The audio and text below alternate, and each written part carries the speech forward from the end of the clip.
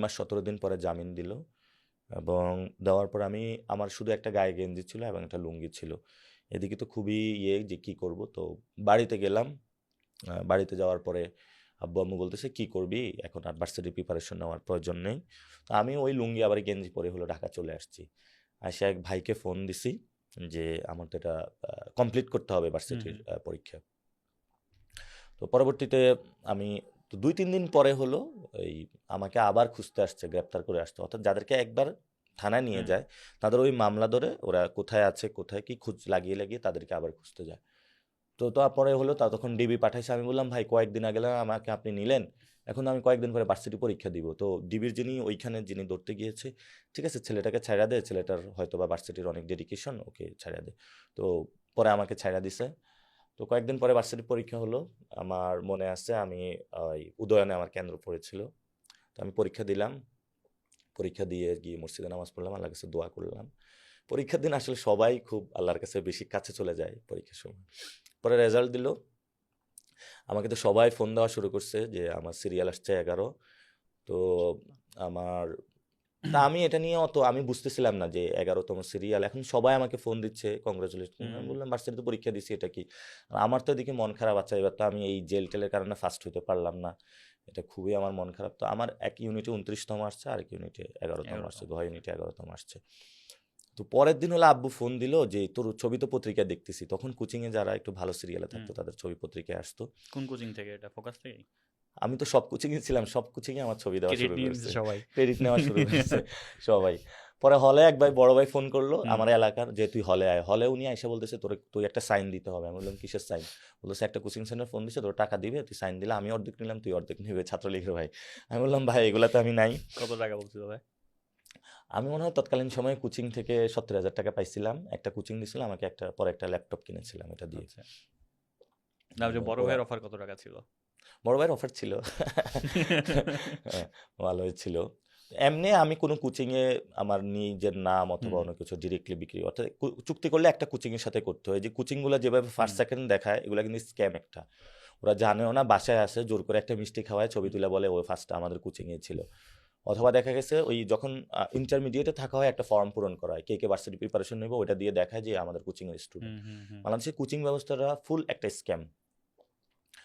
তো পরবর্তীতে ভার্সিটিতে আসলাম। আসার পরে তো আ আমি তো ঢাকাতে তো আমার হুম, বাসা নাই। আমার হলে উঠতে হবে। হলে উঠলাম এবং আমার ওই ভাইবা ছিল। তো ভাইভাতে হলো অনেকগুলা স্যার বসেছিল। তো আমার যে সিরিয়াল এটার জন্য ফাইন্যান্স, অ্যাকাউন্টিং, মার্কেটিং সবই নিতে পারতাম। তো আমাকে এক ম্যাম বলতেছিল যে, "কি বাংলাদেশে পরিবর্তন হইছে, আমাদের কি পছন্দ হয় না?" পরে আমি অনেক চিন্তা করলাম যে, এই ম্যাম এটা বলতেছে কেন? পরে বললাম, "আমি আপনি কোন ডিপার্টমেন্টের?" বলল যে, "ভাইবার মধ্যে।" বললাম, "আমি মার্কেটিং ডিপার্টমেন্ট।" আমি বলছি, "ঠিক আছে ম্যাম, আমি তাহলে মার্কেটিং এ নিচ্ছি।" আমি এখন যে বাসায় থাকি, ওই বাসাটা হলো ম্যাম থাকতো এখন। আ একটা বাসার ফার্নিচার-টার্নিচার সবকিছুই ম্যাম আমাকে দিয়ে গিয়েছে। আপনি এখনো থাকেন ওখানে? হ্যাঁ, এখন যেখানে থাকি ওই ম্যামের ম্যাম কি থাকতো। বাইরে? ম্যাম বাইরে চলে গিয়েছে এবং ম্যাম তৎকালীন সময়ে বিএনপির ২ জন সিনেট সদস্য ছিল, হুম। একজন উনি ছিল। উনি আমাদের ক্লাসে মানে সবচেয়ে ভালো একজন ম্যাম ছিল। সবাই যাকে পছন্দ করত। কি নাম হুম, ম্যাম? আফরিন ম্যাম। তো আমি মার্কেটিং ডিপার্টমেন্টে ভর্তি হলাম। পরে হুম। হলে উঠলাম। আমার হল অ্যাটাচমেন্ট পেলাম মুক্তিযোদ্ধা জিয়াউর রহমান হল। তো জিয়াউর রহমান হলের সামনে জিয়াউর রহমানের একটা বড় ছবি কিন্তু লাগানো আছে। পরে আমি একটু তাকায় আছি জিয়াউর রহমানের ছবি এবং পরবর্তীতে আমি জিয়াউর রহমানের অনেক হিস্ট্রি পড়লাম, বই পড়লাম। তো এখানে দেখি আরেক জেল। মানে যখন হলে উঠলাম, এক রুমে ৪০ জন এবং আমি একদিন ওয়াশরুমে গিয়েছি, এসে দেখি আমার জায়গা নাই। তো আমি আবারই নামাজ পড়তাম, মসজিদে যাই, দেখি পোলাপান এমনি, এমনি আমার দিকে তাকায়। আমি বললাম, "কি হয়েছে বুঝতেছি না।" পরে বলল যে সবাই শিবির সন্দেহ করে। পরে আমার এলাকার একটা বড় ভাই ছিল হলে, ভাইকে যেয়ে বললাম এই অবস্থা। তো ভাই বলল, "ঠিক আছে, আমি তো ছাত্রলীগ করি, আমি সবাইকে বলে দিব, তোকে কেউ কিছু বলবে না।" কিন্তু প্রোগ্রাম বন্ধ হয় না। অর্থাৎ আমি তো বিবিএতে ছিলাম, আমাদের হুম। ক্লাস, প্রেজেন্টেশন অনেক প্রবলেম ছিল যেগুলো হলো আ এই ছাত্রলীগের আসলে আন্ডারে থেকে এটা করা ইম্পসিবল ছিল। তারপরেও আমরা প্রত্যেকদিন ধরে আমাদের হলো প্রোগ্রামে নিয়ে যেত। আমার খুবই বিরক্ত লাগতো এই প্রোগ্রামগুলাতে। নিয়ে হলো মুজিবের স্লোগান দিত, ছাত্রলীগের স্লোগান দিত। তো মানে এত মাথা মোটা, মাথার মধ্যে কোনো কিছুই ছিল না। তো আমি পরে চিন্তা করতেছিলাম কি করা যায়? পরে একদিন আমাদের একটা প্রোগ্রাম ছিল। হুম। প্রোগ্রামের পরে আমরা সবাই আ আ আসতেছিলাম হলের মধ্যে। তো প্রত্যেককে দেখি ছাত্রলীগের তৎকালীন সেক্রেটারি হলের বেল দিয়ে বাড়ি দিচ্ছে। এবং যারা আসার যায়নি। সময় এবং বলতেছে যে তোরা প্রোগ্রামে ছিলি, প্রোগ্রামের স্লোগান জোরে দেশ নাই কেন? তো আমি বলতেছিলাম ভাই এই স্লোগানটা তো যেটা দিচ্ছেন এটা জোরে করে, আপনি কি জোর করে আমাকে প্রোগ্রাম করে দেন? তো আমার আরো জোর করে অনেকগুলা বাড়ি দিল। তো আমার একটা ফ্রেন্ড ছিল হায়দার, সাইকোলজিতে পড়ে। ও বলে যে এই স্লোগান আর দিতে পারবো না। পরে ওরে এমনভাবে আঘাত করছে, ওরে এখনো সাইকোলজিক্যাল প্রবলেম মাথায়, হাই, হাই। ব্রেইনে প্রবলেম হয়েছিল।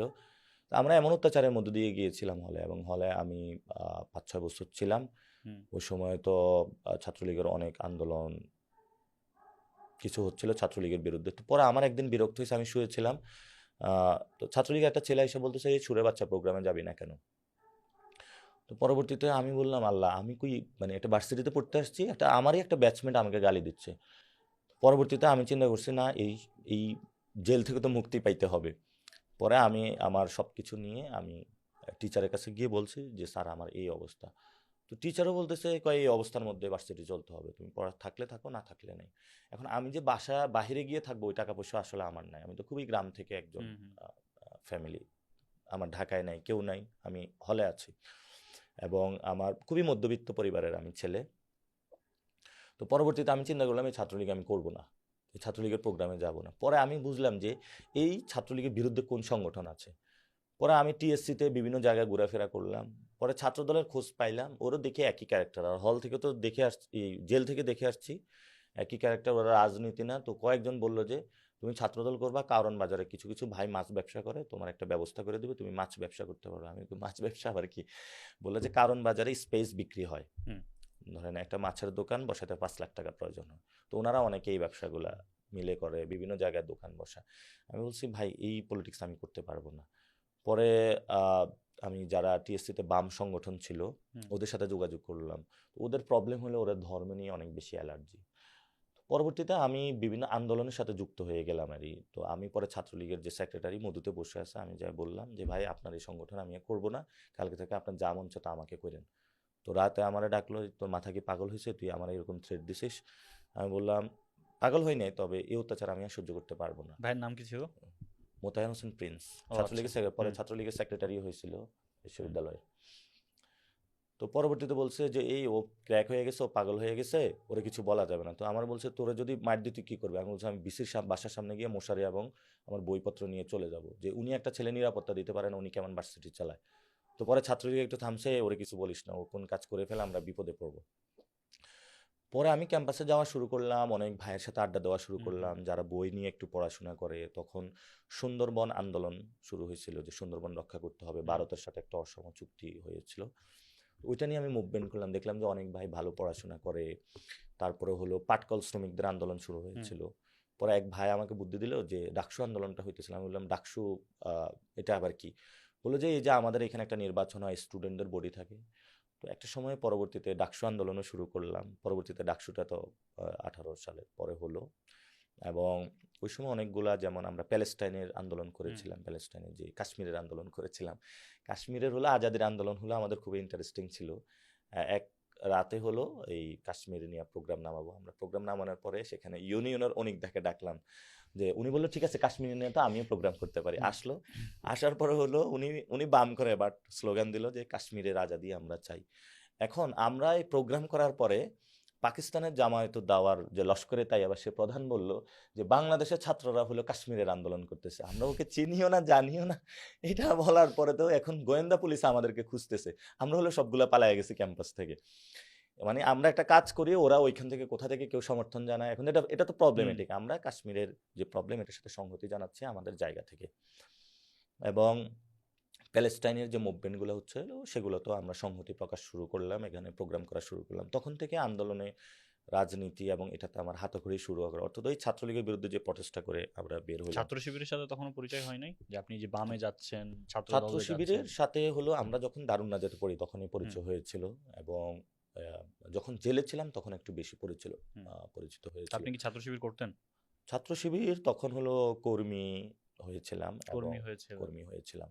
এবং তখন যে মানে আমার কাছে, আমি তো থিওলজিক্যাল স্কুলে ছিলাম, আমি হুম, ছাত্র শিবিরের যে মিটিং মিছিল এগুলা বুঝতাম না। আমি হলো মওদুদি কি, ইসলামিক আন্দোলন হুম, কি, ওইটা ওইটা বুঝতাম। কিন্তু ক্যাম্পাসে এসে যে মানে আমরা বিবিএ ফ্যাকাল্টিতে বা ছাত্র শিবির এখানে খুবই যে অ্যাক্টিভ এরকম হুম। ছিল না। এবং ক্যাম্পাস লাইফে ছাত্র শিবির ওই সময় অত বেশি অ্যাক্টিভ ছিল না। আপনি তো